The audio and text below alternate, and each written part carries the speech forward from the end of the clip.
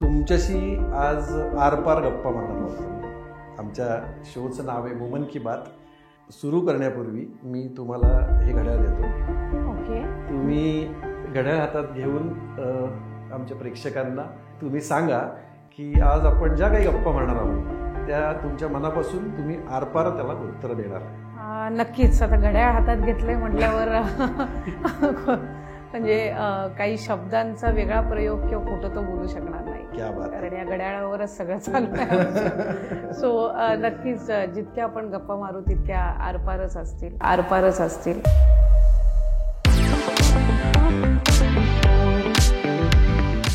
उत्तर पॉझिटिव्हच असेल माझं. तुम्ही काय विचारलं तुम्ही त्याला काय अर्थ नाही. मला खूप आनंद वाटतो एक मिनिस्टर अशा विजननी काम करतायत. तुम्ही कधी असं अमेझॉन मध्ये झोमॅटो ऑर्डर देता का? अगदी. त्यावेळेला तुम्ही तत्कालीन कॅबिनेट मिनिस्टर आदित्य ठाकरे यांच्यासोबतही तुम्ही काम केलं. तर आदित्य ठाकरेंसोबत काम करण्याचा तुमचा अनुभव कसा होता? सातत्याने ते कंपॅरिझन होत असतं, ती तुलना होत असते. अरे तटकरे साहेब असे आहेत होता. राजकीय माझी पार्श्वभूमी असल्यामुळे, आजोबा असतील, वडील असतील, हे राजकारणात असल्यामुळे साधारणपणे आम्हाला एक प्लॅटफॉर्म हा मिळतो. ओके. जो इतरांना कदाचित बरेच वर्ष तयार करावा लागला असेल. तुम्ही मुलाला किंवा मुलीला याच्यामध्ये नाव लिहिताना त्याच्या आईचं पण नाव त्याच्यामध्ये यावं, तर ते मला जर समजून घ्यायला आवडेल. एक उद्दिष्ट असं होतं की एका मुलाच्या किंवा मुलीच्या संगोपनामध्ये, त्याच्या एकंदर जडणघडणमध्ये जेवढा सहभाग हा वडिलांचा असतो, जन्म देण्यापासून अगदी आईचा सहभाग हा तितकाच महत्त्वाचा असतो. तुम्ही मुलीला 7 नंतर तू बाहेर पडू नको सांगण्यापेक्षा आपण मुलाला जर सांगितलं ना की बाहेर जाणारी मुलगी ही तुझी संधी नाहीये, ही जबाबदारी आहे, तो या ज्या गोष्टी आहेत ना, या कुठे ना कुठेतरी समाजामध्ये रुजवणं फार गरजेचं आहे. आपण जर राजकारण हे क्षेत्र निवडलेलं आहे, आपल्यावर कोणतरी टीका करेल, आपल्याला कोणतरी ट्रोल करेल, मग तर आपण आयुष्यामध्ये काहीच नाही करू शकणार. At the end of the day तुम्ही लार्जर पिक्चरकडे बघणं फार गरजेचं आहे.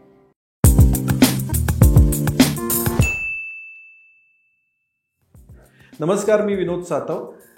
आरपारच्या वुमन की बातमध्ये आपल्या सगळ्यांचं मनपूर्वक स्वागत. या शोमध्ये जसं आपण अनेक कर्तृत्ववान महिलांची गप्पा मारत असतो, तर आज महाराष्ट्राच्या संपूर्ण महिलांच्या आणि बालकांच्या एक महिला आणि बालविकास या संपूर्ण विभागाचं नेतृत्व करणारी एक सक्षम स्त्री, एक तरुण स्त्री, अतिशय वयाने लहान आणि तितकंच कर्तृत्व मोठं असणारी स्त्री आज आपल्याकडे स्टुडिओमध्ये आलेल्या आहेत. मी स्वागत करतो महाराष्ट्र राज्याच्या एकमेव महिला कॅबिनेट मंत्री आदिती सुनील तटकरे. खूप खूप स्वागत.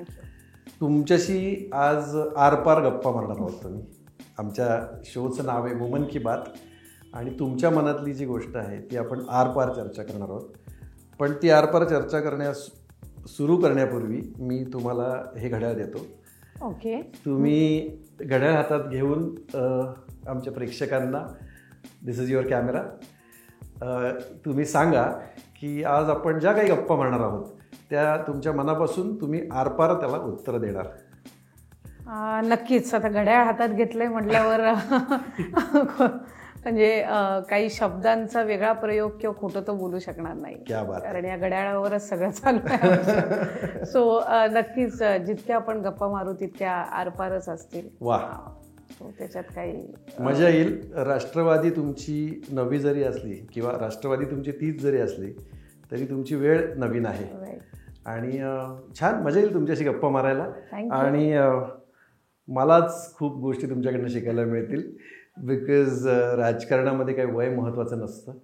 तुमची डिसिजन मेकिंग पॉवर आणि तुमचं काम जास्त महत्त्वाचं असतं. So welcome to our show. Thank you.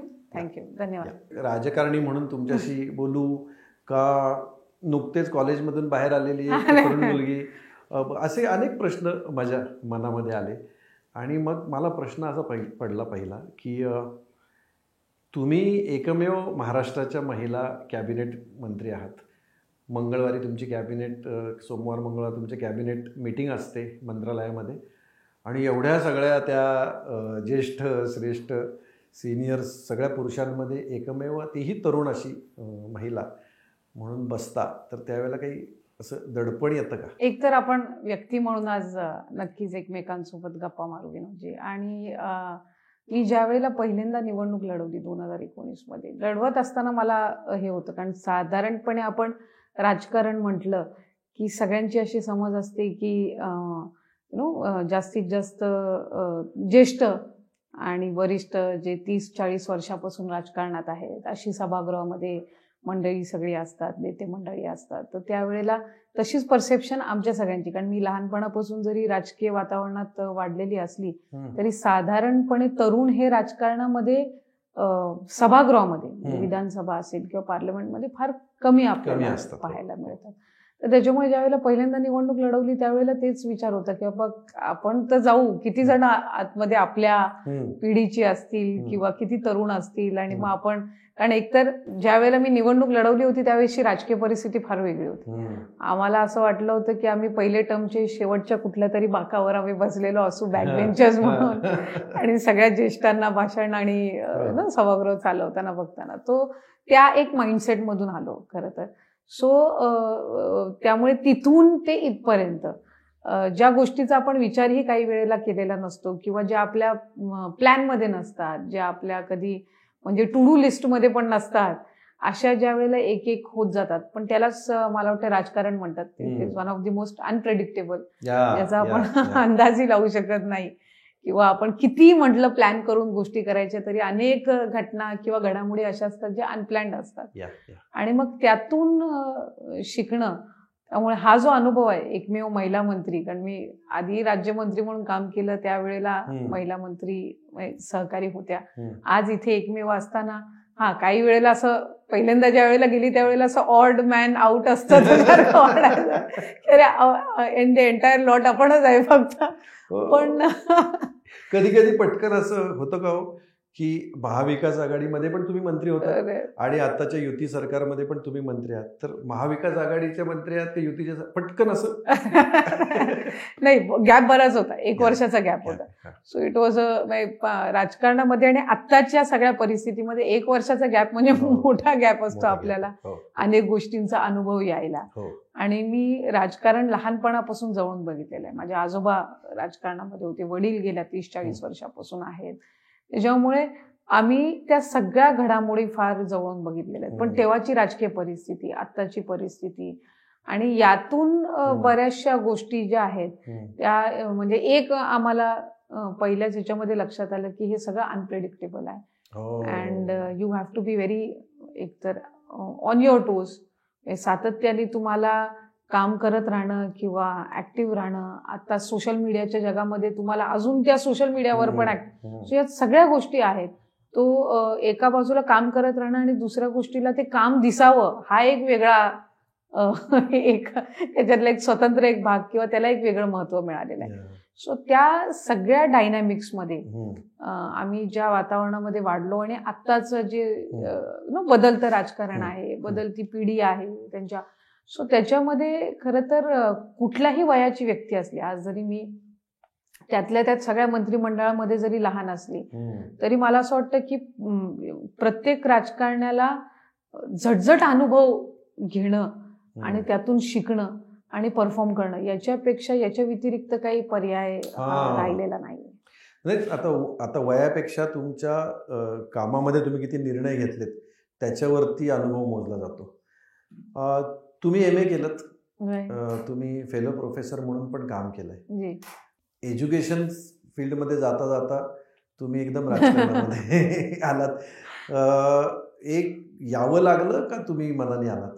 एक तर मी ग्रॅज्युएशन करत असताना पण पॉलिटिकल सायन्स हा सब्जेक्ट होताच. MA करत असताना ही हिस्ट्री, पॉलिटिकल सायन्स दोन्ही होते. त्यामुळे साधारणपणे ज्या वातावरणामध्ये आपण वाढतो त्याचा कुठं ना कुठं तरी प्रभाव तर आपल्या ह्याच्यावर असतोच. पण सक्रिय राजकारणामध्ये म्हणजे निवडणुकीच्या इलेक्टोरल पॉलिटिक्समध्ये पडण्याचं काही माझं उद्दिष्ट नव्हतं.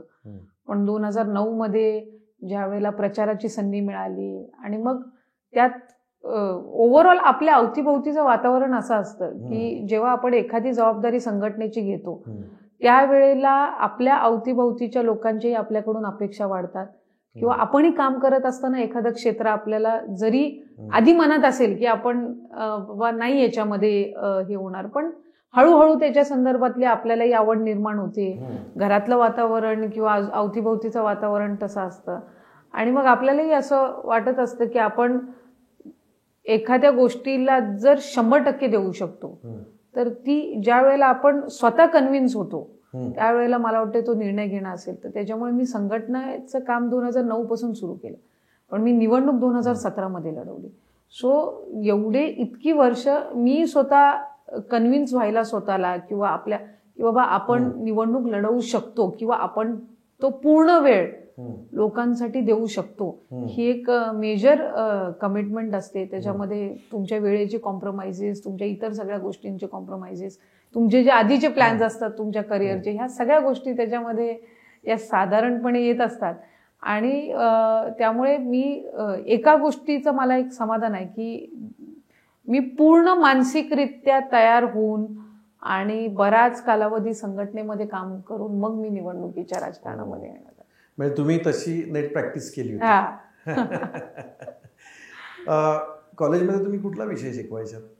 मी कॉलेजमध्ये हिस्ट्री, पॉलिटिकल सायन्स ज्युनियर कॉलेजमध्ये शिकवायची. त्याच्यानंतर मग फाउंडेशन कोर्स म्हणून एक असायचा आणि हा FC जर विषय आपण बघितला ना तर कुठल्याही मुलाला जर कुठल्या दुसऱ्या विषयामध्ये केटी नाही लागली तरी ह्याच्यात तर नक्कीच लागायला आणि त्याचा जो मार्कशीट असते ती ह्याच्यात केटी लागल्यावर शेवटच्या वर्षापर्यंत मिळत नसते. त्याच्यामुळे एक असा किचकट तो तसा विषय, आर्ट्स आणि कॉमर्सच्या मुलांना तो माहिती असतो की त्याची एकदा केटी लागली की 3 वर्षात ती सर्टिफिकेट आपलं रखडून असतं. सो तो विषय मी शिकवायचे. तुम्ही जेव्हा कॉलेजमध्ये शिकवत असताना तुमच्या विद्यार्थ्यांमध्ये आणि तुमच्या वयामध्ये पण मग कसा अनुभव कसा होता? मला वाटते तोच एक प्लस पॉइंट होता असं मी समजेल. ज्या वेळेला मुलांमध्ये आणि त्या शिक्षकामध्ये वयाचं फार कमी अंतर असतं त्यावेळेला म्हणजे माझे स्टुडंट्स आजही माझ्या कॉन्टॅक्टमध्ये आहेत. Even though I have change the field, आता दुसऱ्या क्षेत्रामध्ये आहे, तरी अनेकदा आजही मला ज्या वेळेला असं वाटतं त्यावेळेला मी जैन कॉलेजमध्ये जाते. मी त्या कट्ट्यावर वगैरे कधी संध्याकाळी बसतो. फॉर्च्युनेटली अजून वॉचमॅन मी ते आहेत, ते आम्हाला थोडा वेळ बसूनही देतात. तर एकदा तुम्ही त्या गेटच्या बाहेर आल्यानंतर तुम्हाला परत जाणं खरं तर फार अवघड असतं. पण शिक्षक आणि त्याच्या मुलांमधला हा जो संवाद आहे किंवा हे कालांतराने बदलत गेलेला आहे. मी लहान असताना माझे जे शिक्षक होते ते ऑब्व्हियसली माझ्यापेक्षा वयाने खूप मोठे, त्याच्यामुळे ऑटोमॅटिकली तो एक वेगळा रिस्पेक्ट आणि एक धाक असा असायचा. मी शाळेत असताना तो खूप मार खाल्लेला आहे, त्याच्यामुळे मला असं कधीच त्या गोष्टीचं असं हे नाही वाटलं. मी तर आजही आम्ही शिक्षकांना ज्या वेळेला भेटतो त्यांनी मारलं म्हणून आम्ही इथपर्यंत चांगल्या. काय शाळेमध्ये तुमची कशी पर्सनॅलिटी कशी होती? अगदी मार्मिक पद्धतीनं बोलायचं तर आउटस्टँडिंग स्टुडंट म्हणून, म्हणजे शिक्षणात आउटस्टँडिंग नाही पण सातत्याने बाहेर उभं राहणारी जी आउटस्टँडिंग तशी फार हे होती. त्याच्यामुळे बऱ्यापैकी ज्या बाहेरची कामं असतात ना, एखाद्या शिक्षकाने बोलवून आपल्याला सांगितलं की दुसऱ्या वर्गामध्ये जाऊन हे देऊन ये, ह्याला बोलवून ये, तर ही कामं फार आवडायची. कधी एकदा वर्गातनं बाहेर, म्हणजे डिसेंबरचा महिना ज्या वेळेला स्पोर्ट्स असायचे, अॅन्युअल फंक्शन असायचे, हा तर फेवरेट, म्हणजे स्कूलची ट्रिप जायची, तर त्यामुळे हा तर सर्वात फेवरेट सीझन असायचा डिसेंबर आणि जानेवारी. दंगामस्ती आणि बॅक बेंचर, म्हणजे त्याला आपण बॅल्कनी स्टुडंट. हो, पण बॅक बेंचवर बसणारी मुलगी जेव्हा सभागृहात पहिल्या बसते तो एक हे आहे. म्हणजे साधारणपणे मी खरं सांगायचं झालं तर 10वी होईपर्यंत माझ्या आईला, वडील ऑब्व्हियसली राजकारणात असल्यामुळे त्यांना फार कमी वेळ मिळायचा आणि मी साधारणपणे बरेच 3-4 वर्ष हाईट एवढीशीच होती, त्यामुळे वडिलांना कुणी विचारले कितवीला आहे ते 7वीलाच म्हणायचे. तो एक संपर्क आमचा ऑब्व्हियसली ते त्या क्षेत्रामध्ये असल्यामुळे नसायचा. म्हणजे आईला फार भीती असे, आई ती 10वी तरी व्यवस्थित पास हो, 10वी तरी व्यवस्थित पास हो. त्याच्यामुळे ज्या वेळेला मी पोस्ट ग्रॅज्युएट झाली तर माझ्यापेक्षा त्यांच्यासाठी ते जास्ती शॉकिंग होतं की हा जो प्रवास आहे ना, एवढी मोठी 10वी पास म्हणजे डिस्टिंक्शन मिळावं, इथून ते पोस्ट ग्रॅज्युएशन पर्यंत जाणं. आणि ज्या वेळेला मी वडिलांना सांगितलं की मी फेलो प्रोफेसर होते, अरे तू तर कॉलेजला होती ना, आता झालं कॉलेज, संपलं कॉलेज आणि आता हे. सो इट वॉज क्वाईट म्हणजे एक फार नॉर्मल, म्हणजे अगदी साधारण बालपण होतं. त्याच्यामुळे मी माझ्याही ज्या वेळेला फेलो प्रोफेसर म्हणूनही काम केलं त्यावेळेला माझं उद्दिष्ट तेच होतं की आपण जसं बालपण किंवा आपण जसं शिक्षकांना आपल्या ह्याच्यामध्ये अपेक्षित करतो तो ते जर आपण मुलांना देऊ शकलो तर त्याचा उपयोग बऱ्यापैकी होतो. त्या पॉइंट ऑफ व्ह्यूने तुम्ही बघू शकता. वा. कॉलेजमध्ये जेव्हा तुम्ही त्याच कॉलेजमध्ये जय हिंद कॉलेजमध्ये शिक्षण झालं आणि त्याच कॉलेजमध्ये तुम्ही फेलो प्रोफेसर, पण ते स्वतःच्या कर्तृत्वावर तुम्ही प्रोफेसर झाला, म्हणजे वडिलांचं काही संबंध नव्हता. म्हणजे इनफॅक्ट माझ्या कॉलेजमध्ये आजही माझ्या जय हिंद कॉलेजच्या फ्रेंड्सना, म्हणजे आता ऑब्व्हियसली मी मिनिस्टर आहे आणि ते सगळे सोशल मीडियामुळे माहिती आहे, पण ज्या वेळेला मी कॉलेजला होती माझे वडील मंत्री होते हेही माझ्या कॉलेजमध्ये सुदैवाने माहिती नव्हतं. सो मला ती एक गोष्ट आवर्जून, आणि मी शाळेत असताना पण म्हणजे मी ज्याचा उल्लेख केला, मी भरमसाठ शिक्षकांचा मार खाल्लेला आहे. जेव्हा माझे वडील राज्यमंत्री होते, आमदार होते, काही त्याचा दुरान्वयी संबंध आमच्या रोजच्या जीवनामध्ये नसतो. सो तो एक भाग जो आहे, म्हणजे बरेचसे शिक्षक, ऑब्व्हियसली शिक्षकांना माहिती असते ही मुलं म्हणजे काय बॅकग्राऊंड आहे किंवा कोणा, तरी ज्या वेळेला ते मारायचे मग त्यावेळेला वाटायचं की खरं आपण बाकीच्यांसारखंच आपलंही आहे. जमिनीवर पाय राहण्याचं ते एक फार महत्त्वाचं म्हणजे खरं तर ते अतिशय त्यांच्या प्रोफेशनशी अतिशय प्रामाणिक असलेले ते शिक्षक असतील, किंवा तुम्ही खरंच काहीतरी असं डेंजर केलं असेल की ज्याच्यामुळे शिक्षक थांबूही शकत नसतील. काय अशी आठवण आहे का एखादी? स्कूलमध्ये तर फारच असायचं. म्हणजे एकतर काय त्यावेळेला साधारणपणे ज्यावेळेला लहान होतो सगळ्यांची जे राहणीमान होतं ना ते समान होतं. म्हणजे अगदी 2 वर्षातून एकदा तुम्हाला स्कूल बॅग मिळणार, किंवा जून महिना म्हटलं की तो नवीन पुस्तकांचा वास आणि तो सुगंध एक वेगळाच, गमबूट्स कव्हर वगैरे घालायचे आणि त्याला ते स्टिकर लावायचे तुमच्या आवडीचे, आणि स्कूल युनिफॉर्म्स नवीन, आणि त्या सगळ्या साधारणपणे माझ्या घरापासून माझ्या शाळेला जायला आम्हाला स्कूल बसनी पाऊण तास लागायचा. हो, 8वी पर्यंत आम्हाला स्कूल बस होती. 8वी नंतर तुम्ही तुमच्या ह्याच्याने यायचं. जो आम्ही त्यावेळेला विक्रम रिक्षाला, एक टमटम, एका रिक्षामध्ये 10-15 जण बसतो किंवा एसटीचा पास काढून आम्ही. सो साधारणपणे त्या आहे अगदी अगदी अगदी अगदी माझं तसंच. म्हणजे अगदी वडील राज्यमंत्री किंवा कॅबिनेट मंत्री झाल्यानंतर 2004 पर्यंतचा सगळा प्रवास हा एसटी टमटम रिक्षानी होता. आणि माझ्या आईची फार ती हे होती की माझ्या मुलांच्या डोक्यामध्ये अजिबात ते जाऊ नये. आज हे आहे, उद्या नसेल तरीही त्यांना आयुष्यामध्ये तरता आलं पाहिजे, त्यांना कुठेही त्याची कमतरता जाणवू नये. सो तिने साधारणपणे आम्हाला तशाच पद्धतीनं पॉकेट मनी महिन्यातून एकदा, या सगळ्या अगदी साधारण ह्याच्यामध्ये म्हणजे समाजात तुम्ही मिसळलात खरं तर, जाता येता सगळ्यामध्ये.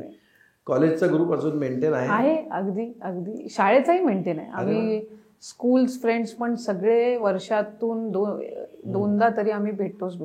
त्यामुळे आमचं दिवाळीमधला गेट टुगेदर ठरलेला असतो, कारण त्यावेळेला सुट्टी असते. सगळे जे जॉब करणारे आहेत त्यांना यायला मिळतं.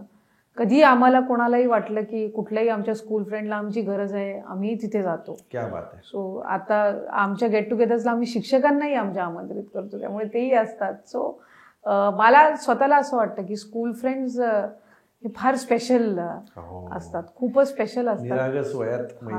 आणि त्यांना आपल्या आयुष्यातला आपला स्वभाव, जो मूळ स्वभाव आहे ना, हा त्यांना सगळा म्हणजे माहिती असतो. त्यांना तुमच्या पदाशी, तुमच्या बाकीच्या याच्याशी काही घेणं देणं नसतं. आणि मला त्या गोष्टीचा खूप आनंद आहे. म्हणजे माझे एखादी मित्रमैत्रीण एखाद्या बँकमध्ये आहेत कामाला, एखादी कुठे जॉबवर आहेत, किंवा त्यांचं जरी प्रमोशन झालं तरी मला तितकाच आनंद होतो जेवढा it is a different thing all together. अगदी साधारणपणे लहानपणापासून आम्ही आतापर्यंत संपर्कात राहिल्यामुळे पुढेही राहूच, पण तो एक मी जशी वाढत गेलेली आहे तशी आमची मैत्री वाढत गेलेली आहे. त्या गोष्टीचा मला नक्कीच एक आयुष्यामध्ये समाधान आहे. कॉलेजच्या काळामध्ये एखादा तणावाचा प्रसंग, खूप टेन्शनचा प्रसंग, आता काय करायचं, आणि मग ग्रुपने मिळून सगळ्यांनी सोल्युशन काढलं आणि काहीतरी केलं, असं कधी काय घडलं? आम्ही सेमिनार्स फार ऑर्गनाईज करायचो. म्हणजे मी अगदीच सांगायचं झालं तर माझं 12वी पर्यंतचं शिक्षण ग्रामीण भागामध्ये झालं, रोह्यामध्ये.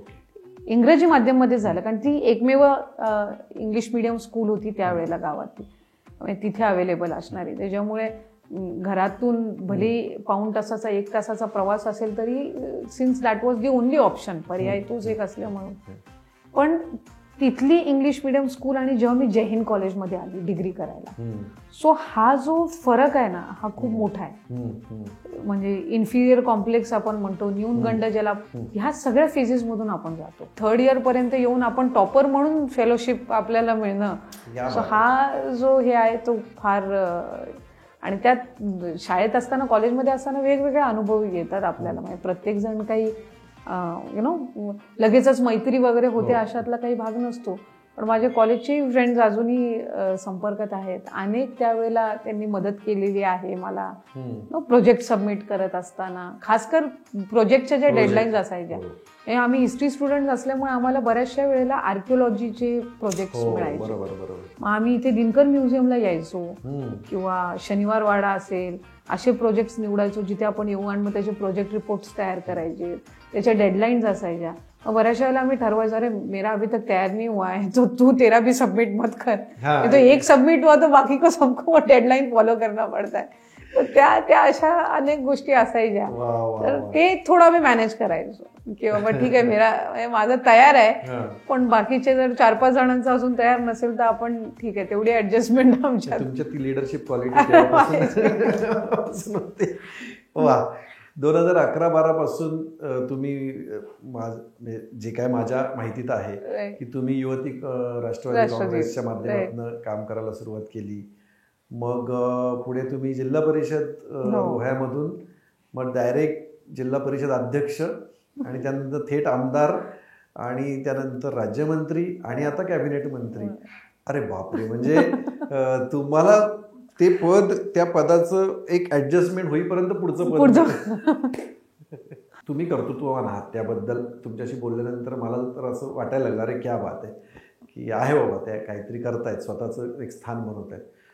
पण तुमचे वडील एवढे मोठे पॉलिटिशियन आणि महाराष्ट्रातलं वजनदार नेतृत्व आहे, त्यांची मुलगी तुम्ही असल्यामुळे तुम्हाला हे सगळं मिळालं का? म्हणजे आमच्या चित्रपटसृष्टीत जसं नेपोटिझम म्हणतात, असं जेव्हा बोललं जातं किंवा असा विचार केला जातो, तर तुम्ही ह्या सगळ्या गोष्टीला कसं उत्तर द्याल?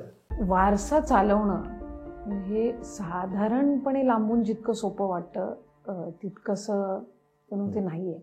कारण एखादी सामान्य व्यक्ती ज्या वेळेला एखाद्या क्षेत्रामध्ये येते त्यावेळेला त्याच्याकडून असणाऱ्या अपेक्षा, आणि ज्या वेळेला एखादी व्यक्ती एक नाव घेऊन येते त्यावेळेला त्यांच्याकडून अपेक्षा असणाऱ्या, हा थोड्या त्याच्यामध्ये फरक हा नक्कीच असतो. हा, राजकीय माझी पार्श्वभूमी असल्यामुळे, आजोबा असतील, वडील असतील, हे राजकारणात असल्यामुळे साधारणपणे आम्हाला एक प्लॅटफॉर्म हा मिळतो. जो इतरांना कदाचित बरेच वर्ष तयार करावा लागला असेल, पण माझ्या वडिलांना तो तयार करावा लागला त्यांच्यासाठी. त्यांनी शून्यातून तयार केलं. माझ्या आजोबांनी तो शून्यातून तयार केला होता, कारण ते सभापती, तालुक्याचे सभापती या पदापर्यंत पोहोचले होते. त्याच्यानंतरचा जो पुढचा प्रवास आहे वडिलांचा, ते त्यांचे वडील त्यांना म्हणजे एक्सपायर झाल्यानंतर, त्यांना सोडून गेल्यानंतरचा जो प्रवास आहे त्यांचा, तो त्यांनी शून्यातून सुरू केला वडिलांनी. तिथून ते जिल्हा परिषद, पहिली विधानसभा ते पराभूत झाले, त्याने पराभव पहिल्याच ह्याच्यामध्ये बघितला. त्याच्यानंतर ते 92 मध्ये जिल्हा परिषदचे अध्यक्ष झाले, मग ते आमदार झाले, मंत्री झाले. त्या सगळ्या प्रवासामध्ये आम्ही तो लहानपणापासून बघितला. तो एखादा वारसा जरी आपण चालवत असतो तरी आपल्याला माहिती असतं आपण कुठून कुठे आलेलो आहोत.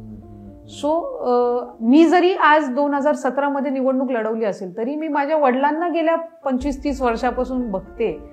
तो स्ट्रगल बघितलेला आहे, ते कॉम्प्रोमाइजेस बघितलेले आहेत किंवा ती धडपड बघितलेली आहे.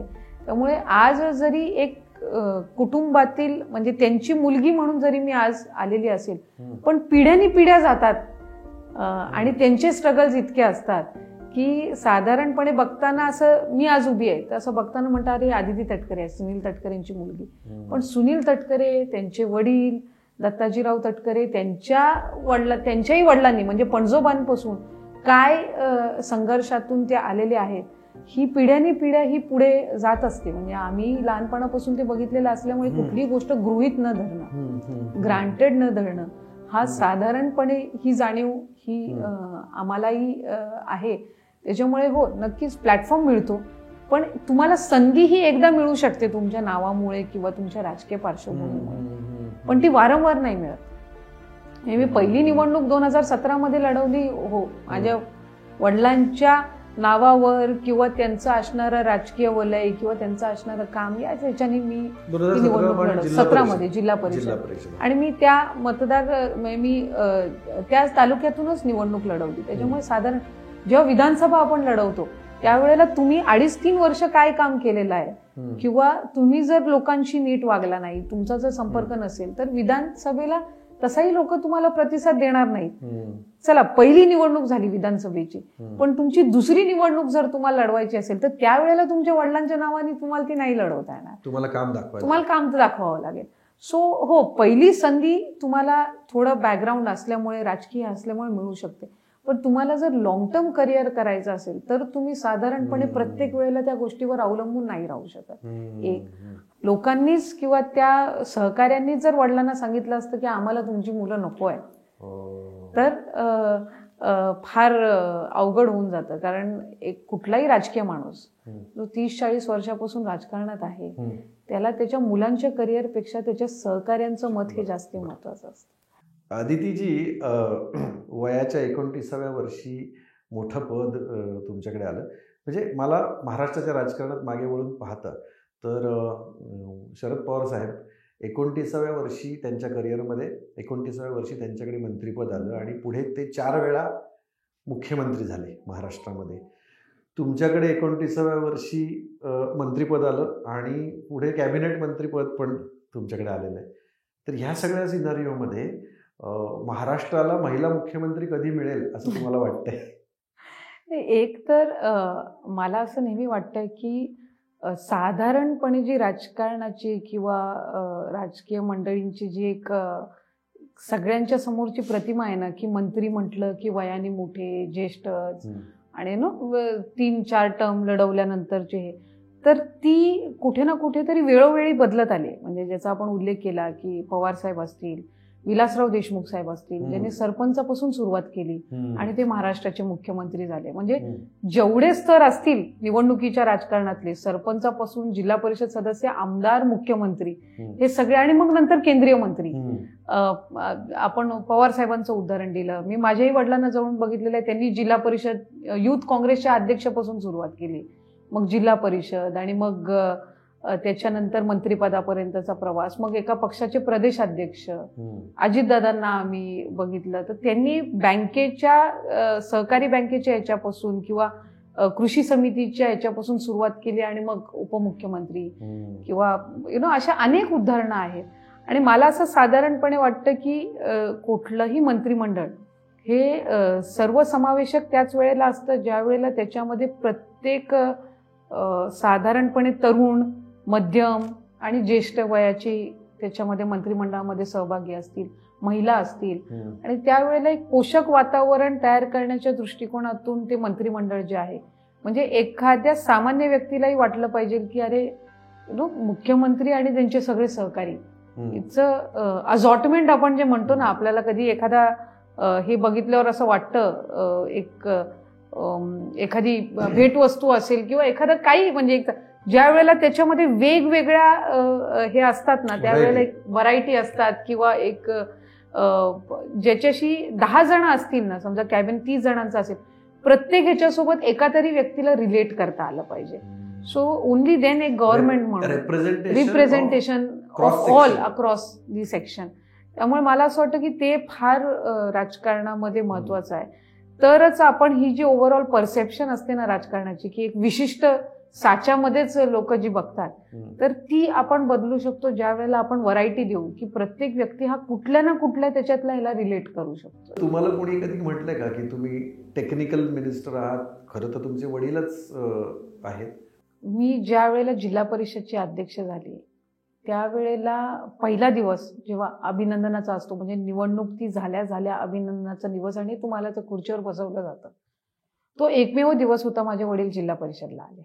त्याच्यानंतर त्यांनी माझ्या कामामध्ये कधी हस्तक्षेप केला नाही, कधीही नाही. आजही मी मंत्री आहे, ते मंत्रालयामध्ये माझ्या दालनामध्ये अजूनही पहिल्या दिवशी ज्या वेळेला आम्ही पूजा केली होती त्यावेळेला होते ते. मी राज्यमंत्री असतानाही तसंच होतं, मी पालकमंत्री होती जिल्ह्याची तेव्हाही तसं होतं. त्याच्यामुळे एक आहे की त्यांनी त्यांचा वेळ घेतला आम्हाला निवडणूक लढवायला, पण एकदा लढवून दिल्यानंतर, जबाबदारी दिल्यानंतर अनेक अशा जबाबदाऱ्या आहेत ज्या त्यांनी आमच्या अंगावर सोडलेल्या आहेत. तुम्हाला अडचण आली तर मी आहे, पण तुमच्या एकंदर कारभारामध्ये माझा हस्तक्षेप किंवा इंटरफिअरन्स नसेल. त्यात त्यांची दुसरी बाजूही असू शकते की मी यांना संधी दिली आहे तर बघू, यु नो, तर ती हे एक बाजू असू शकेल कदाचित त्याच्या मागची. कधीही काही मदत लागली, कधी काही मार्गदर्शन लागलं तर ते आहेतच. तुम्ही राज्यमंत्री म्हणून महाविकास आघाडी सरकारमध्ये काम केलं, त्यावेळेला तुम्ही तत्कालीन कॅबिनेट मिनिस्टर आदित्य ठाकरे यांच्यासोबतही तुम्ही काम केलं. तर आदित्य ठाकरेंसोबत काम करण्याचा तुमचा अनुभव कसा होता? खरं तर आम्ही बरीचशी जण जे आज सभागृहामध्ये आहोत त्याच्यातली जवळपास 90पेक्षा जास्ती आम्ही पहिल्या टर्मचे आहोत, तरुण पहिल्यांदाच सभागृहामध्ये निवडून आलेलो आहोत. त्यामुळे आदित्यजी असतील, मी असेन, धीरज देशमुख असतील किंवा ऋतुराज पाटील आहेत, रोहित पवार आहेत, प्राजक्त तनपुरे आहेत, असे अनेक जण आम्ही आहोत, Vishwajit Kadam. So age group जो आहे ना तसा साधारणपणे जर आता तुम्ही बघितला ना की आपण ते नेहमी नाही कसा रेशो काढत असतो, ॲव्हरेज एज ग्रुप काढत असतो, तो फॉर्च्युनेटली बराचसा आम्ही एक तरुण वर्ग त्यावेळेला सभागृहामध्ये आहे. मला आठवते ज्या वेळेला आम्ही पहिल्यांदा 2019 नागपूरच्या अधिवेशनाला आम्ही गेलो त्यावेळेला एक फार क्युरिओसिटी असायची, एक कुतूहल असायचं सगळ्यांमध्ये की ही सगळी एक नवीन राजकीय पिढी, मग आदित्य ठाकरे, आदिती तटकरे, रोहित पवार, झिशान सिद्दीकी, ऋतुराज पाटील, धीरज देशमुख, हे सगळे, आणि मग आता प्रणितीताई शिंदेंना पण आणखीन त्यांचे तरुण सहकारी अजून, म्हणजे अशा सगळ्या ह्या असायच्या. आणि त्या पहिल्या कालावधीमध्ये आमचं बऱ्यापैकी सगळ्यांचं एकमेकांसोबत खूप चांगलं बॉन्डिंग झालं. कारण मी ज्याचा उल्लेख मगाशी केला ना की जेव्हा तुम्ही निवडणूक लढवत असताना एक सभागृहाची एक इमेज असते की सगळं थोडं शिष्ट वातावरण असेल, सगळे ज्येष्ठ मंडळी असतील आणि आपल्याला असंच राहावं लागेल तसंच. तर तो जो बॅरियर आपण म्हणतो ना तो हा बऱ्यापैकी तो ब्रेक झाला पहिल्या आमच्या ह्याच्यामध्ये. आणि मी राज्यमंत्री म्हणून मी त्यांच्यासोबत काम केलं. ज्या वेळेला आपण समवयाच्या लोकांसोबत काम करत असतो ना त्यावेळेला साधारणपणे येणारा अनुभव हा चांगला, कारण वेव्हलेंथ आपली मॅच होत असते. एक फार आपल्याला आपली मतं जस्टिफाय करावी लागत नसतात किंवा पटवून देण्याची हे लागत नसतात. मी एक छोटंसं उदाहरण देईन तुम्हाला. आता आपण सोशल मीडियाचा खूप वापर करतो, बरोबर, जो आमच्या जनरेशनसाठी ठीक आहे. एक तर 90s मध्ये आम्ही जन्माला आलेले असं मधल्यामध्येच आहोत, म्हणजे पुढेही नाही मागेही नाही, पण तरी सोशल मीडिया बऱ्यापैकी वापरला जातो. आमच्या आधीची जी आहेत म्हणजे वडिलांची, यांना तुम्ही सोशल मीडियाचे डायनॅमिक समजावायला गेलात ना तर त्याला वेळ लागतो आपल्याला, साधारणपणे वेळ लागतो. कारण ते सोशल मीडियावर म्हणजे ते एक बोलतो ना एक कुठल्याही क्षेत्रातलं कंपल्शन झालेलं आहे, तुम्हाला आवडू न आवडू, it's part of your life. As a public figure you have to be active on it, तुम्हाला आवडो अथवा न आवडो. सो त्या पिढीला त्याचे डायनॅमिक समजावणं किंवा ते वापरणं किंवा या सगळ्या गोष्टी थोड्या साधारणपणे अवघड जातात. आमच्या जनरेशनला त्या, मी म्हटलं ना एखादं प्रेझेंटेशन दाखवलं मी आणि आदित्यजींनी त्यावेळेला एखादं प्रेझेंटेशन बघितलं असेल, अरे हा याला आपण सोशल मीडियावर प्रमोट केलं पाहिजे, तर हे आम्हाला दोघांना पटतंय.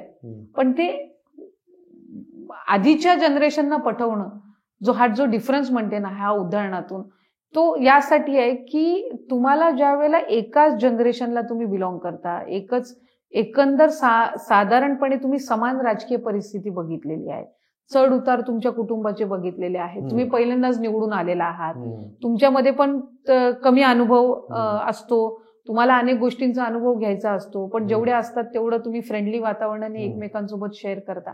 त्यावेळेला साधारणपणे बऱ्याचशा वेळेला तुमची राजकीय विचारधारा काय किंवा बाकीच्या इतर परिस्थिती काय, याच्या पलीकडेही काय काय वेळेला आपण जातो. सो अनेकदा आम्हाला ते जाणवलं सुदैवाने की हा जो तरुण लॉट आहे सगळा, हा मी एकमेकांसोबत थोडं बोलून चाललो. महाविकास आघाडी होती म्हणून का नाही? नॉर्मली पण म्हणजे अगदी इरिस्पेक्टिव्ह होते. आम्ही सभागृहात पण बोलत असताना आहे ना, एखादे मी 4 मुद्दे काढले असतील आणि माझ्याकडून 5वा मुद्दा मिस झाला, तर आम्ही ते पास ऑन करायचो. काय माझ्याकडून हा काढायचा राहून गेला, तू काढ, सो हे होतं. किंवा एखाद्याने जर प्रश्न मांडला असेल तर तो कोकणातला असेल तर मला ते सांगायचे, म्हणजे योगेश असेल किंवा इथे मुंबईमध्ये झिशान असेल, किंवा आम्ही साधारणपणे एकमेकांना, अरे मी कोकणातला विषय काढणार आहे किंवा समुद्राच्या रिलेटेड आहे किंवा याच्या रिलेटेड आहे, तर तू आतमध्ये थांब, म्हणजे मग तुलाही हात वर करून बोलता येईल. किंवा सो हे जे आहे ना, हे अक्रॉस द हे टिकून राहिलंय.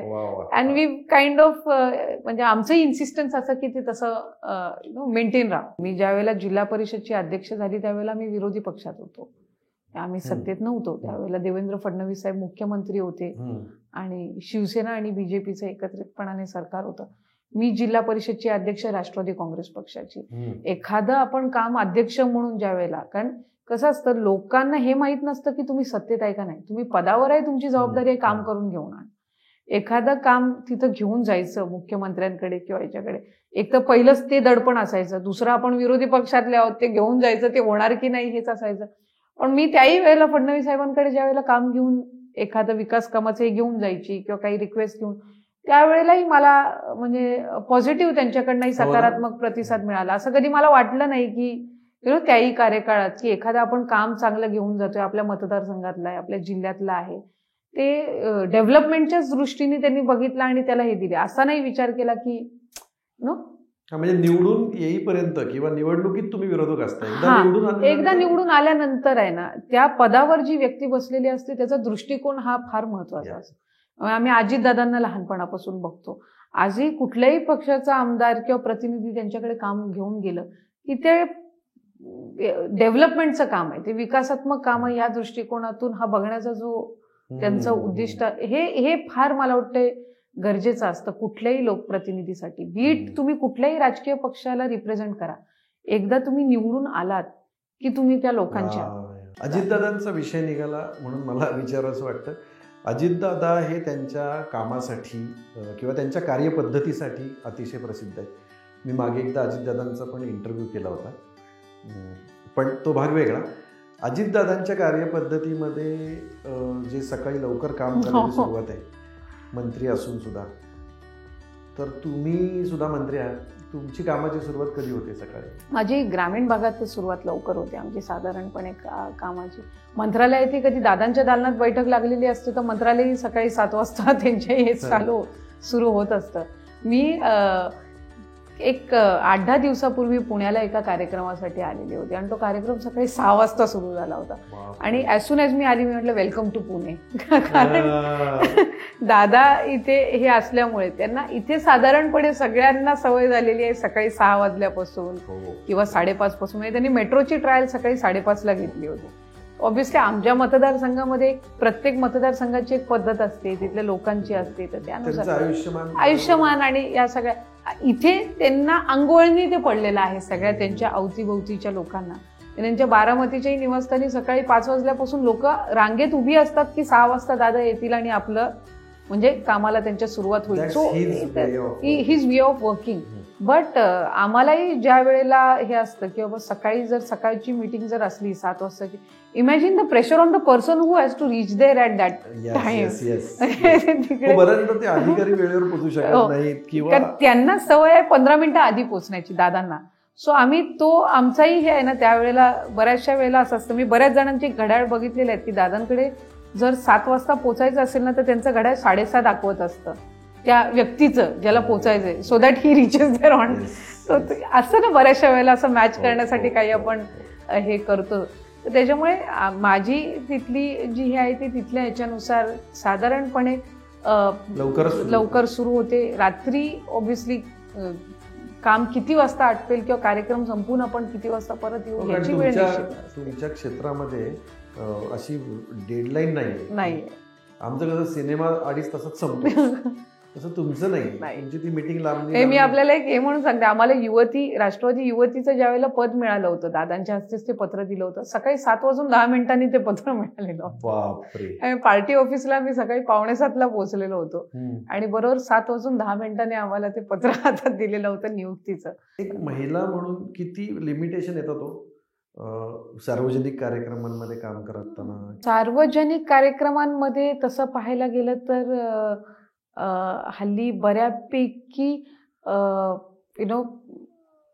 जनतेला किंवा साधारणपणे लोकांनाही ही आहे की बाबा एक महिला लोकप्रतिनिधी पण काम करत असते.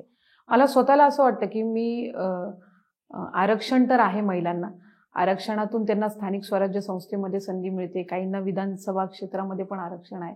पण एखाद्या महिलेचं जिला खरंच राजकारणामध्ये काम करायचंय, सक्रिय व्हायचंय किंवा एक लोकप्रतिनिधी म्हणून काम करायचंय, त्यांनी उद्दिष्ट असं ठेवलं पाहिजे की उद्या आपल्या क्षेत्रामध्ये आरक्षण असो अथवा नसो, पण त्या सामान्य माणसाने तुम्हाला निवडलं पाहिजे. सो साधारणपणे काम करत असताना मी त्या पद्धतीनं करते. कारण मी विधानसभा ज्या वेळेला लढवली त्याला काही आरक्षण नाहीये, मी ओपन सीटवरून ती लढवलेली आहे आणि मला सगळ्या मतदार बंधू भगिनींनी तेवढ्याच मतदान केलेलं आहे. पण अजूनही बऱ्याचशा वेळेला असं असतं की अरे असं म्हणतो ना की अरे महिला अधिकारी आहे, शिस्तीत बोलावं लागेल, महिला आमदार आहे, जरा शिस्तीत बोलावं लागेल. साधारणपणे पुरुषांच्या आणि महिलांच्या संवादाचे जे पद्धती असतात किंवा काही त्याच्यामध्ये फरक असतो. तुम्ही एखाद्या पुरुषासोबत ज्या वेळेला किंवा मित्रासोबत संवाद साधाल त्यावेळेला असणाऱ्या भाषा कॅज्युअल म्हणजे शब्द प्रयोग हा वेगळा असतो. ज्या वेळेला एखादी मैत्रीण असेल त्यावेळेला थोडं कॉशियस राहावं लागत असतं. तर तीच गोष्ट इथेही लागू होते. एखादी महिला अधिकारी बसलेली असेल, महिला आमदार असेल, अरे एखादा प्रसंग घडला, एवढं येतं आणि नाही म्हणजे असं झालं होतं ते थोडं होतं ना, अगदी होतं. सो मला असं वाटतं की तो गॅप राहणंही एका बाजूला गरजेचं आहे, रिस्पेक्ट ही राहणं गरजेचं आहे. ती गॅप ही लक्षात असणं, बोलतो ना एक लाईन ऑफ कॉन्शियसनेस, तर ती असणं फार गरजेचं आहे. आदितीजी, सोशल मीडियावर तुम्ही बऱ्यापैकी ऍक्टिव्ह असता, इंस्टाग्राम, ट्विटर, फेसबुक सगळ्या प्लॅटफॉर्मवर तुम्ही ऍक्टिव्ह आहात. तुमच्या राजकीय निर्णयांमुळे किंवा तुमच्या राजकीय भूमिकांमुळे बऱ्याचदा तुमच्या विरोधातली मतं तुमच्या सोशल मीडियावर येतात, ज्याला आपण ट्रोलिंग असं म्हणतो. तर असं वाचता का तुम्ही कमेंट्स त्या सगळ्या? काही वेळेला मी वाचते, काही वेळेला असं असतं ना की मी युजली आहे ना, मला एक सवय आहे साधारणपणे, मी सकाळच्या वेळेला सोशल मीडिया किंवा हे अवॉइड करते. कारण जर आपण सुरुवातच निगेटिव्हिटीने केली तर मग आपल्या कामावर तो दिवसभराचा परिणाम होतो. मी रात्री सगळं काम आटपल्यानंतर उशिरा, किती उशीर हो, 12 वाजो 1 वाजो, मग त्याच्यानंतर मी ते चेक करते. ऑब्व्हियसली काही कमेंट्स असे असतात जे आपल्याला असं वाटतात की समोरची व्यक्ती आपल्याला ओळखत पण नाहीये आणि ते आपल्यावर कमेंट करतायत. पण सार्वजनिक जीवनामध्ये आपण काम करत असताना या सगळ्या गोष्टी आपण गृहीत धरूनच आपण या क्षेत्रामध्ये आलेलो असतो. सो त्याच्यामुळे जसं तुमच्या कामाची प्रशंसा होणार तसंच तुमच्या विरोधात सुद्धा ट्रोलिंग होणार, किंवा काहींना तुमचं काम आवडतं, काहींना नाही आवडत, काहींना व्यक्ती म्हणून तुम्ही आवडता, काहींना नाही आवडत, काहींना पक्ष म्हणून तुम्ही आवडता, काहींना पक्ष म्हणून तुम्ही नाही आवडत. सो ह्या वेगवेगळ्या गोष्टी असतात. तो इट डिपेंड्स. म्हणजे मी नेहमी विचार करते की एखादी पाण्याची बाटली किंवा एखादा ग्लास हा अर्धा पाण्याने भरलेला आहे का अर्धा रिकामा आहे, हा बघण्याचा दृष्टिकोन आपला असतो. सो ठीक आहे, आपल्याला जितकी प्रशंसा होते, काहींना आपलं काम नाही आवडत, काहींना काही निर्णय नाही आवडत राजकीय, त्यांचा तो अधिकार आहे, ते मत व्यक्त करतात. पण आपण त्याच्याकडे किती लक्ष देऊन आपला दिवस किंवा आपल्या कामावर परिणाम होऊन द्यायचा हे त्या व्यक्तीवर साधारणपणे अवलंबून आहे. त्यामुळे सोशल मीडिया एक भाग आहे, तो पूर्ण भाग नाहीये, म्हणजे ते सर्वस्व नाही. It is just a part of your profession. It is not the complete profession. तुम्ही लोकांची कामच नाही केली तर फक्त सोशल मीडिया घेऊन काय करायचं. तुम्ही ज्या वेळेला काम करता त्याच वेळेला हे होतं. आणि अनेकदा मी बघितलेलं आहे की काम करणाऱ्या व्यक्तीवर आहे ना, ही जर काहीच दुसरं नसेल मग हाही एक पर्याय असतो. आणि प्रत्येकाला वेगवेगळी मतं असू शकतात. छान उत्तर देताय तुम्ही. महाराष्ट्राच्या तुम्ही कॅबिनेट मंत्री आहात, महिला आणि बालविकास. आता हा चॅनल बघणाऱ्या अनेक महिला आहेत, तरुणी आहेत, मध्यमवर्गीय लोक आहेत आणि महाराष्ट्राच्या अनेक शहरातले लोक तुम्हाला आता पाहत आहेत. तुमचं जे मंत्रालय आहे, हे मंत्रालय लोकांनी तुमच्याकडे काय यावं, नक्की काय कामं असतात लोकांची की जी तुमच्या मंत्रालयाकडे येतात? महिला व बालविकास म्हटलं तर तसं पाहायला गेलं तर फार सेन्सिटिव्ह हा विभाग आहे. काही विभाग असे असतात की जे डिरेक्टली जनतेशी निगडीत नसतात, इनडायरेक्टली असतात. काही असे असतात जे थेट जनतेसोबत निगडीत असतात. आता जसं महिला व बालविकास आहे, याच्यामध्ये बाल हक्क आयोग येतो, महिला आयोग असतं, किंवा महिलांचे रिलेटेड किंवा बालकांचे विविध प्रश्न असतात, बालगृह असतील, चाइल्ड केअर सेंटर्स असतील, महिलांचे बचत गट आहेत, अंगणवाड्या आहेत, पोषण. सो हे सगळे घटक जे आहेत ते कुठे ना कुठेतरी थेट हे महिलांपर्यंत किंवा बालकांपर्यंत निगडीत असतात. त्याच्यामुळे तसं पाहायला गेलं तर म्हणायला महिला व बालविकास हा एक हे, पण त्याचं उद्दिष्ट आणि व्यापकता ही इतकी मोठी आहे की आज जर आपण बघितलं ना तर महिलांचा रोलही कसा बदलत गेलाय ते आपण बघतो. की काही वर्षांपूर्वी घरातला पुरुष ठरवायचा की कुटुंबाने मत कोणाला द्यायचं. हा, बरोबर आहे. साधारणपणे की ते बाबा आपला हा राजकीय पक्ष आहे, आपण सगळ्यांनी हे जायचं आणि हे बटन दाबायचं. आता बायका ऐकत आता तुम्ही जर साधारणपणे बघितलं तर जे इंडिव्हिज्युअल ओपिनियन आहे ना, एका घरामध्ये तुमचा मुलगा हा वडिलांचंच ऐकून मतदान देईल असं नाही. त्याच्या प्रायोरिटीज वेगळ्या आहेत, त्याच्या प्राथमिकता वेगळ्या आहेत. त्याला रोजगार निर्मिती, त्याला चांगल्या पद्धतीचं शिक्षण मिळणं, त्याला बाहेर शिक्षणाला जाण्याची संधी मिळणं, ह्यासाठी सरकार काय करते हे त्याचे मूळ उद्दिष्ट असतात. ज्येष्ठ नागरिकांचे हे असतात की ज्येष्ठांसाठी सरकार काय देते. महिलांचं असं असतं की आमच्यासाठी महिलांसाठी सरकार काय योजना राबवते. तो जागरूकता जी आहे ना ही फार झालेली आहे. त्यामुळे खूप ऍक्टिव्ह झालेले आहेत. तुम्ही बघितलं तर महिलांसाठी विशेष कार्यक्रम आधी कुठे आयोजित केले जायचे, पण आता ते केले जातात. प्रत्येकाचा असा साधारणपणे ही समज का असते की महिला व बालविकास आहे तर महिला मंत्री असावी. मी ह्या मताशी फार असं सहमत आहे. अशातला भाग नाही की महिला मुख्यमंत्री ही झालीच पाहिजे, महिला व बालविकास म्हणजे महिलाच मंत्री असली पाहिजे. आता मी एकमेव महिला मंत्री आहे, जर नसतं दिलं तरी झालं असतं, अरे महिला मंत्री असून पण महिला व बालविकास तिच्याकडे नाही. पण मी या मताची आहे की महिलांसाठी जे काम करेल, मग ते पुरुष प्रतिनिधी असू दे किंवा महिला असू दे, महिला समजून घेऊ शकते, महिला समजून, ते जास्ती महत्वाचं आहे. म्हणजे महिला मुख्यमंत्रीच झाली किंवा महिला व बालविकास मंत्री महिलाच झाली तरच सगळे प्रश्न सुटतील असं नाहीये. पण ते प्रश्न समजून घेणं आणि मुळात आपण आरक्षण किंवा महिलांसाठी स्वतंत्र योजना किंवा महिला दिवस हा का साजरा करतो, कारण महिलांना कुठेतरी समानता मिळत नाही म्हणून.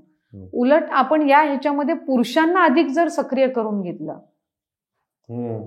पॉलिसीजमध्ये की बाबा तुम्ही तुमचं सांगा की तुम्हाला महिलांना काय संधी द्यायची आहे किंवा तुमचे काय मत आहेत, हे जर आपण ऐकून घेतले, बेसिकली तुमचं टार्गेट काय आहे, महिलांची सुरक्षा कोणापासून.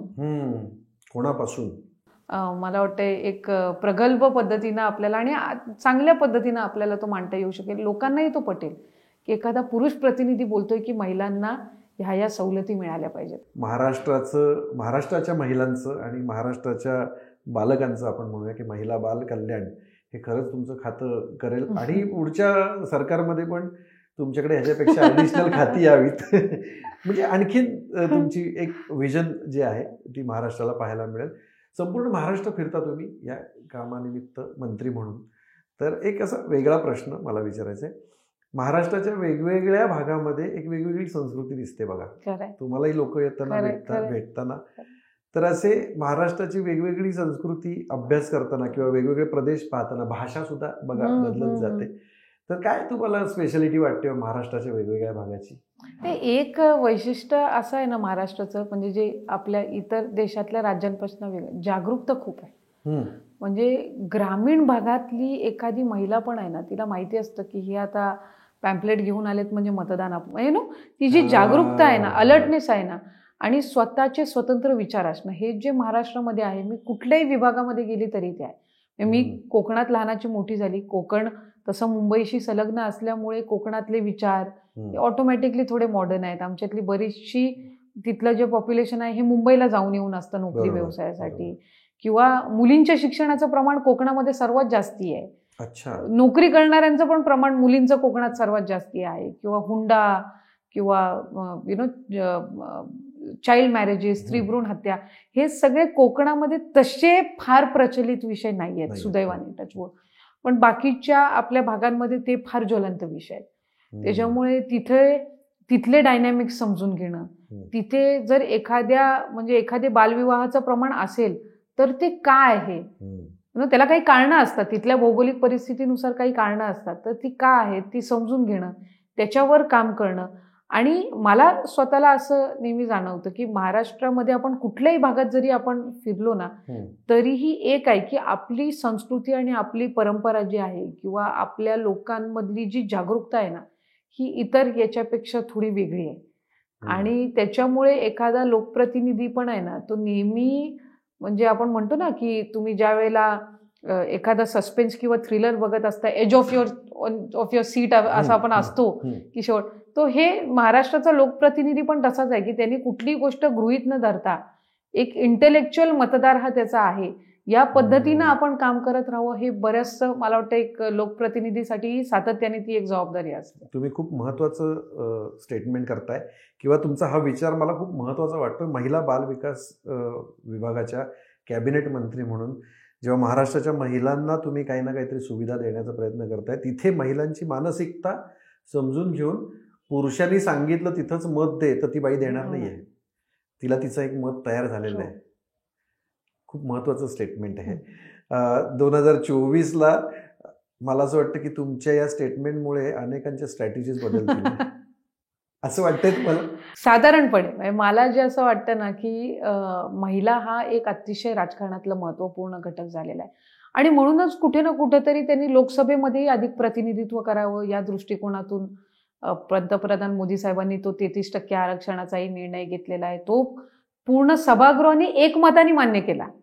म्हणजे ही गोष्ट आपण बघा की त्याला कुठलाही विरोध झाला नाही, कुठल्याही पक्षांनी त्यांच्या लोकसभेच्या प्रतिनिधींनी त्याला विरोध केला नाही, तो एकमताने मान्य झाला. याच्यावरूनच आपण महिला राजकारणामध्ये सक्रिय होणं किंवा समाजामध्ये त्यांचे स्थान हे किती वाढलेलं आहे की आपण एखादी गोष्ट पटो अथवा न पटो पण त्याला आपण विरोध नाही करू शकत.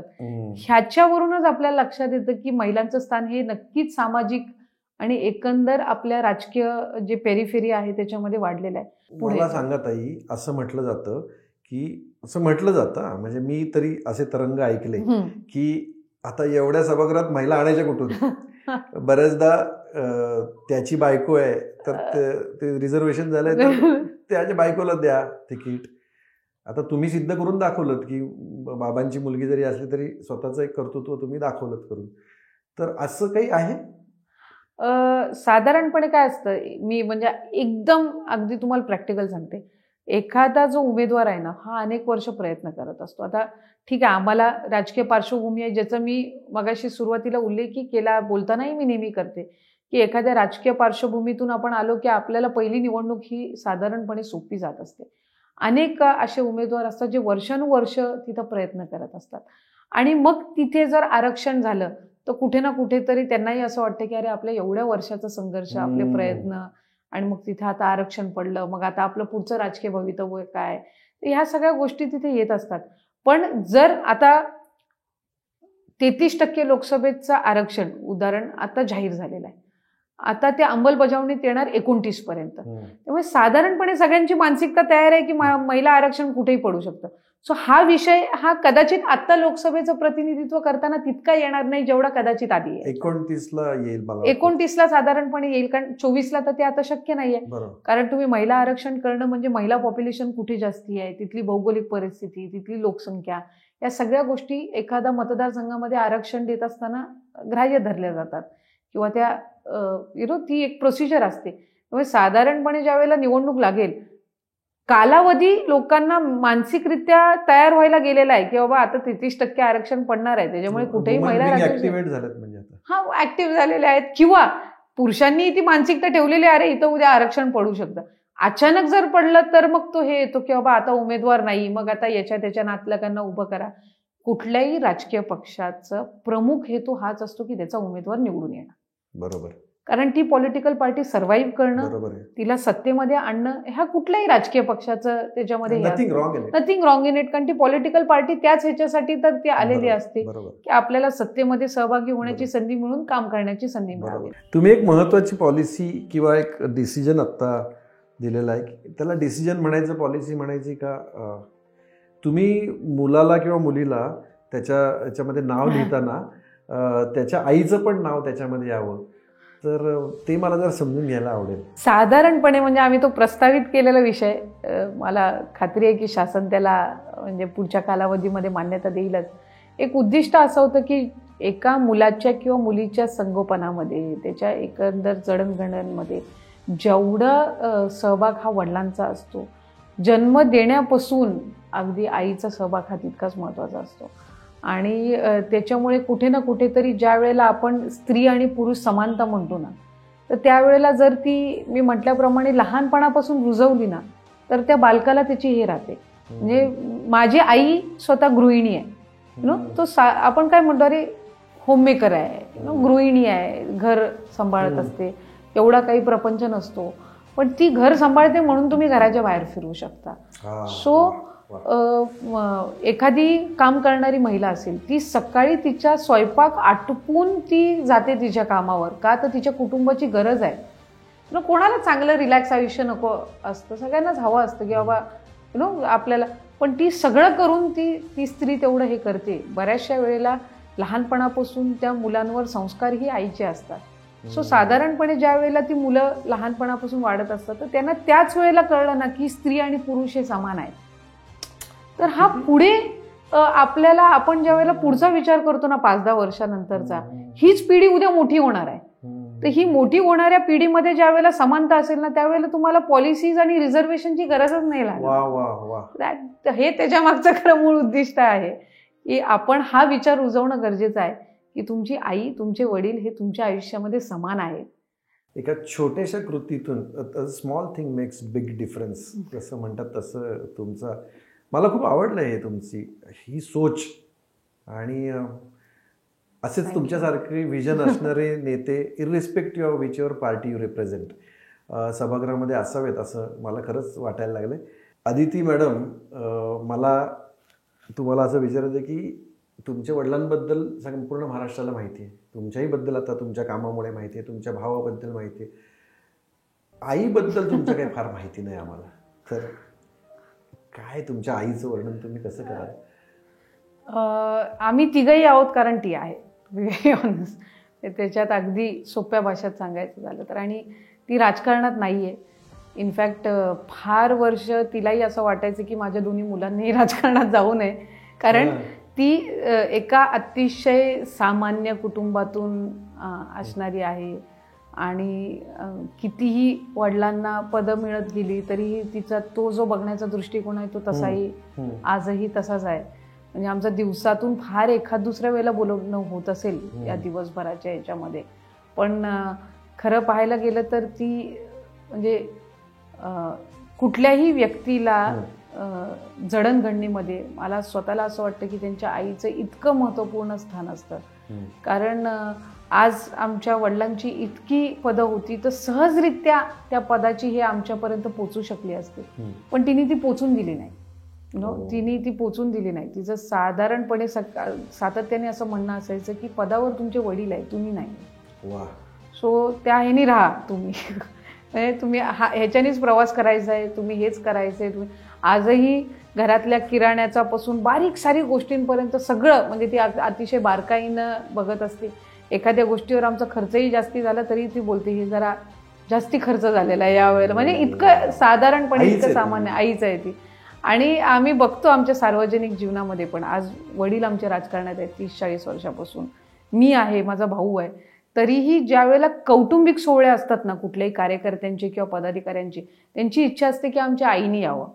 तर ते आम्ही बऱ्याच वेळेला असं विचार करायचो की असं का, तर मी ह्या कन्क्लुजनला आली की आम्ही तिघही राजकारणात आहोत. ती अराजकीय आहे म्हणून तिला मागणी जास्ती असते.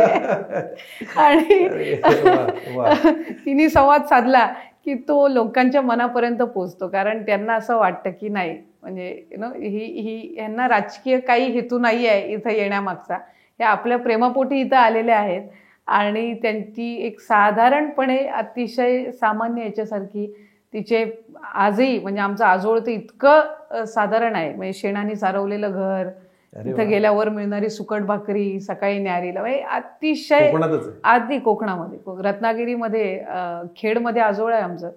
आता कमी जायला मिळतं, नाही तर आधी मामाच्या गावाला जाणं म्हणजे हा एक मोठा बेत असायचा. 10-15 दिवस तिथे राहायचं.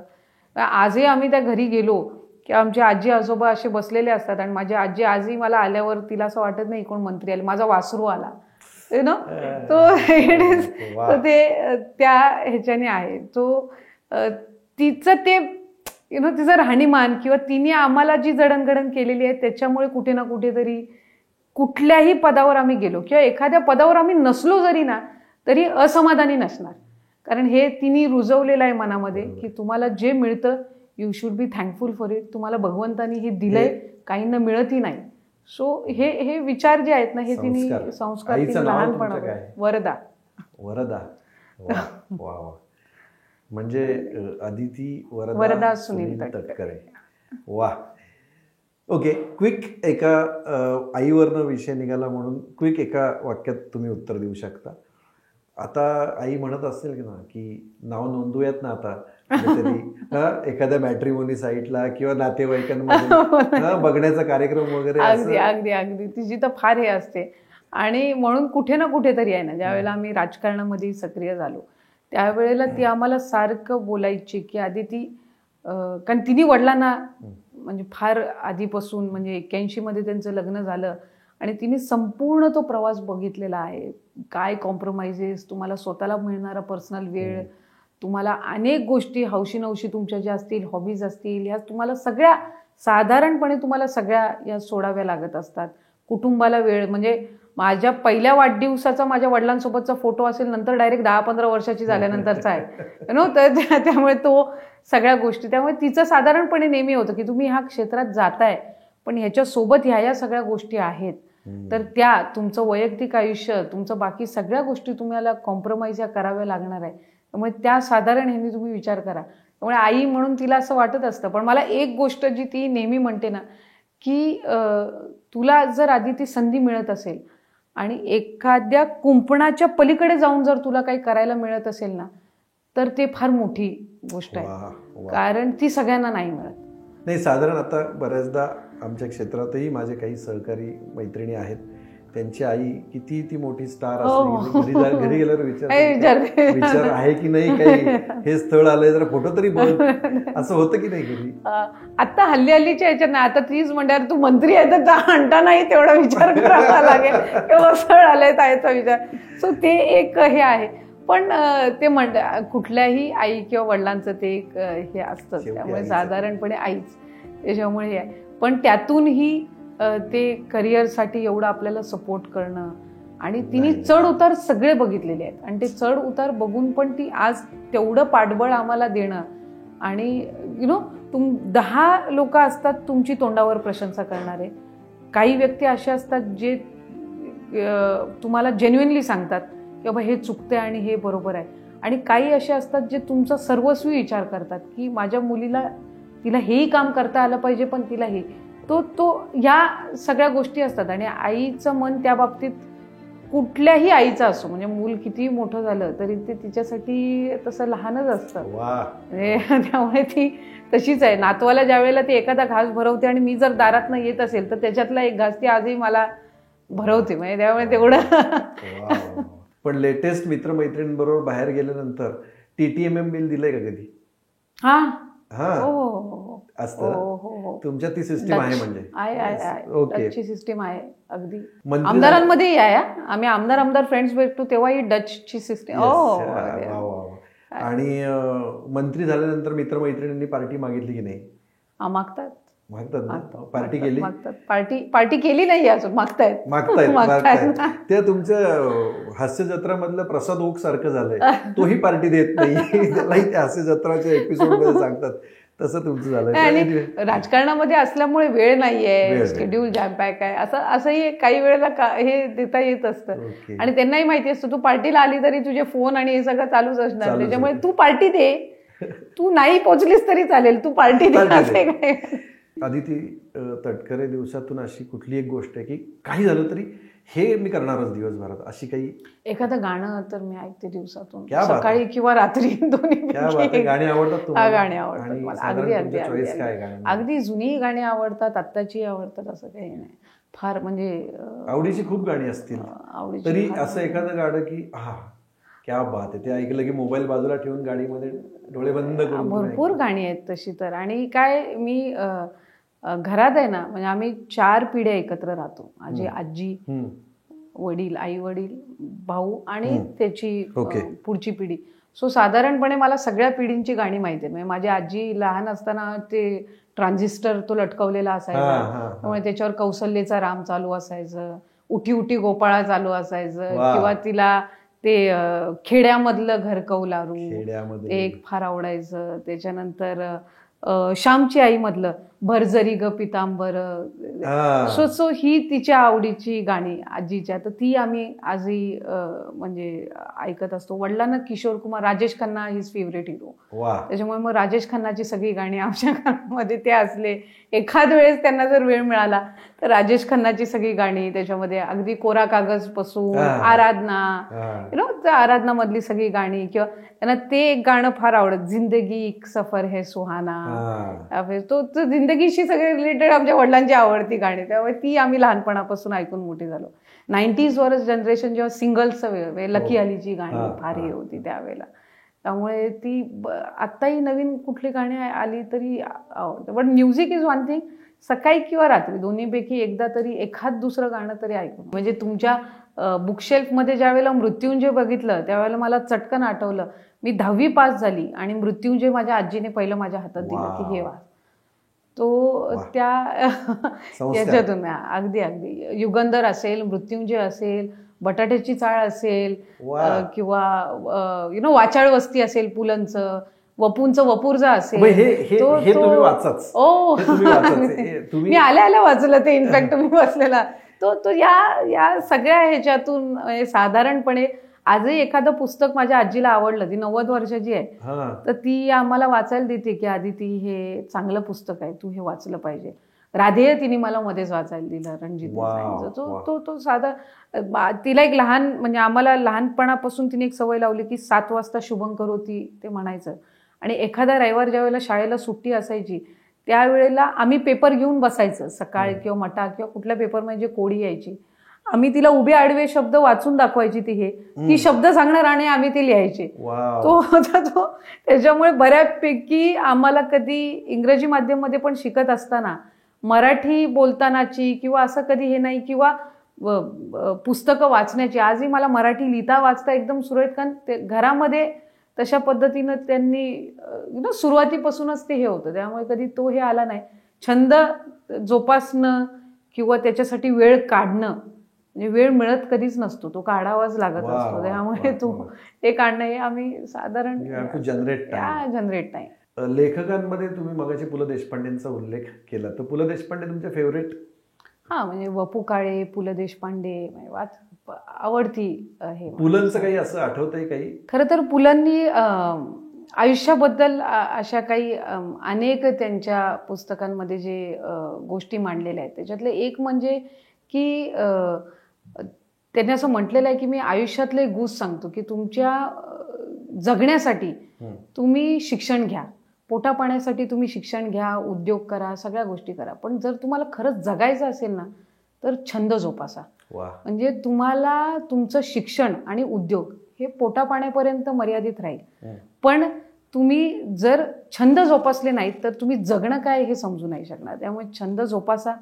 तुम्हाला पोटा पाण्याचा विचार करत असताना जर छंद जोपासाल, तुम्ही वाचाल, तुम्ही पेंटिंग कराल, तुम्ही कला असेल, तुमची मैत्री असेल, ह्या सगळ्या गोष्टी ज्या वेळेला जोपासाल त्याच वेळेला तुम्हाला आयुष्य तुमचं सुंदर होईल आणि जगल्यासारखं वाटेल. तर मला वाटतं तो एक विचार जो आहे ना हा फार गरजेचा आहे, कारण हल्लीची पिढी किंवा आम्ही सगळे एका विशिष्ट गोष्टीच्या पाठीमागे धावत असताना ज्या वेळेला ती गोष्ट तुम्हाला मिळते ना त्यावेळेला आपल्याला असं वाटतं की अरे हिच्यासाठी एवढी धडपड, मग ह्याच्यासाठी तर अनेक आनंद आपण मागे सोडून आलो. तो हा जो पुलंचा विचार आहे हा त्याच्यासाठी खूप महत्त्वाचा आहे की पुढचा विचार इतका करू नका की तुम्ही आयुष्य जगायलाच विसरा. तो मला असं वाटतं की ते फार महत्त्वाचं आहे. आणि कुठल्याही व्यक्तीने कुठल्याही क्षेत्रात जरी असलं तरी आयुष्य जगणं हे त्यांनी विसरू नये. नाहीतर मग ज्या वेळेला आयुष्याच्या अंतिम टप्प्यात येऊ त्यावेळेला वाटायला नको की इतकं करू शकलो असतो, इतकं जगू शकलो असतो, पण आपण जगलो. पोटापाण्याचा उद्योग तुम्हाला जगवेल, पण कलेशी केलेली मैत्री हे तुम्ही का जगावं हे सांगून जाईल. आणि म्हणूनच हा पुलंचा विचार फार महत्त्वाचा आहे. अदिती वरदा सुनील तटकरे यांच्याशी मी सुरुवात इंटरव्ह्यूची करताना अदिती सुनील तटकरे केलं, पण एका मिनिस्टरचं विजन आहे की महाराष्ट्राच्या येणाऱ्या पुढच्या पिढीला आई वेगळी आणि वडील वेगळे नाही, आई आणि वडील दोघेही समान आहे अशी विजन घेऊन जाणाऱ्या महाराष्ट्राच्या महिला आणि बाल कल्याण विभागाच्या कॅबिनेट मंत्री. तुम्हाला 2024च्या पुढच्याही मंत्रिमंडळामध्ये आणखीन पुढची एक खुर्ची मुख्यमंत्री पदाच्या जवळ जाणार, म्हणजे मुख्यमंत्र्यांच्या सीटच्या जवळ जी खाती असतात. हल्ली ते बोलणंही अवघड, आता ते बोलणंही अवघड झालेलं आहे. ठीक आहे, आपण म्हणजे एखादी व्यक्ती किती ॲम्बिशियस आहे त्या ह्याच्यावर ते अवलंबून. मी जे काम करते मी त्याच्यामध्ये इतकी आनंदी आणि समाधानी आहे की आपल्याला ही संधी मिळणं, मला वाटतं एखाद्या पदावर काम करण्याची हीच फार मोठी असते. महिलांनी राजकारणात यावं की न यावं, महिलांनी टीव्ही बघताना देखील न्यूज चॅनलवर पुरुषच टीव्ही बघतात, राजकारणातल्या बातम्या बघतात. आणि आता मनोरंजनामध्ये राजकारण आहे की नाही मला माहीत नाही, पण राजकारणात खूप मनोरंजन टेलिव्हिजनवर दिसतं. पण अदिती तटकरे, तुम्ही आरपार उत्तरं दिलीत. मी तुमचं खूप मनापासून आभार मानतो. आणि तुम्ही घड्याळ हातात घेऊन उत्तर दिली होती, त्यामुळे तुमची मला खूप भावली. मला आज मंत्री अदिती तटकरेंपेक्षा अदिती तटकरेंची गप्पा मारायला मिळाल्या आणि म्हणून मी आरपारच्या सर्व टीमतर्फे तुमचे मनापासून आभार मानतो. थँक्यू. आणि पुढच्या मंत्रीपद तुम्हाला मिळाल्यानंतर पहिली मुलाखत तुम्ही आरपार स्टुडिओमधून अगदी तितकीच आरपार. Thank you so much. थँक्यू. नमस्कार, मी अदिती वरदा सुनील तटकरे. आरपार मराठी यांच्या वुमन की बात या माध्यमातून मी आज आपल्यासोबत संवाद साधत आहे. आणि अशा अनेक संवाद ऐकण्यासाठी आपण आरपारच्या यूट्यूब चॅनलला नक्की सबस्क्राईब करा.